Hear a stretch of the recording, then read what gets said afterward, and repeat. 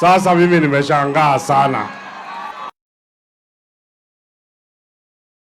Ama ni mimi nilisikia vibaya? Hebu makofi ya Badi raundi ine namna hii. Hey, Badi wewe. Badi wewe. Ambia Badi wewe.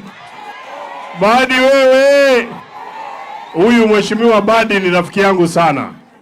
Ile bunge iliyopita tulikuwa naye kamati moja, ile kamati ya budget. Na tulifanya naye kazi vizuri sana.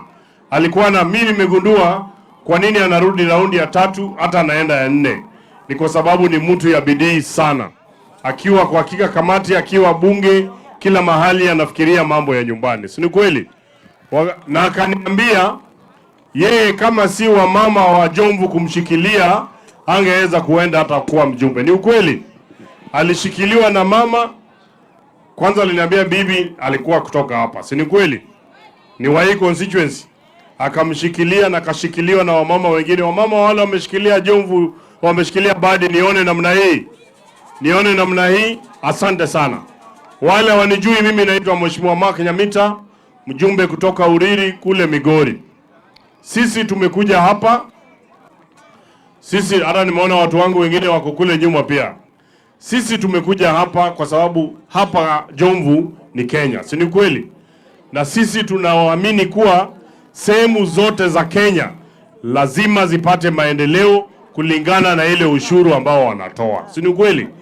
Hatutaki wale viongozi wakati wanatafuta kura, sasa utamuona kirandaranda kila mahali. Wakati amepata uongozi anasema hapana, nyinyi mkae kwanza, nyinyi hamna mlima kwenu, nyinyi hamna nini, nyinyi hamna nini. Si hao tunawaambia washindwe. Si ni kweli? Hapa Jomvu kabila zote ziko. Hapa iko Wajaluo, iko Waluya, iko Wakikuyu. Si ni kweli?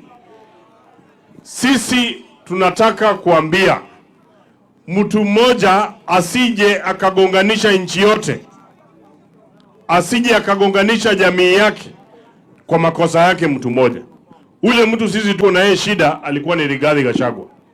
Sisi hatuna shida na jamii ya Wakikuyu kwa sababu wako kila mahali wanafanya biashara yao. Si ni kweli?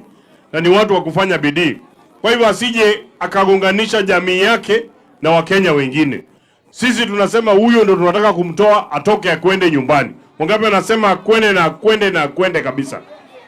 Alikuja hapa akaanza kuambia ati nyinyi ni kazini yake, sijui auntie, sijui nani, lakini wakati alikuwa kwa ofisi aliwasahau nyinyi. Si ni kweli? Ni yeye aliwakaribisha kwa hii serikali ya broad based. Ni nyinyi yeye aliwakaribisha. Kama yeye hakuwakaribisha atawaambia mtoke. Wangapi wanasema tunakaa na Ruto anaenda 2 terms. Hiyo miradi ya masoko inaendelea, iendelee. Hiyo miradi ya barabara iendelee. Si namna hiyo? Kwa hivyo sisi tunataka wale viongozi ambao wanatuunganisha pamoja na wanasaidia wananchi na tuende kusonga mbele. Na sisi tukija hapa sehemu ya Pwani, vile tumetembea, tulianzia kule Tana River, tumeenda Taveta, tumekuwa Kilifi, leo tuko Mombasa, kesho tuko Kwale na tutaenda mpaka huko Lamu. Mimi vile nimeona baada ya Rais Ruto kutoka, hata rais anaweza toka pande ya Pwani. Rais anaweza toka sehemu hii. Wangapi wanasema rais anaweza toka hata sehemu hii? Wangapi wako tayari? Wangapi wanasema wanamuunga Ruto ndio pia yeye baadaye wengine watu waunge rais atoke pande ya Pwani. Si ndio? Salamu ni namna hii, salamu ni namna hii. Hebu nipatie mikono namna hii. Kwa hiyo sisi tuko nyuma. Kama hujachukua kipande na wewe ni kijana, usije ukapewa pitina na vijana wengine uende kuchoma mali ya watu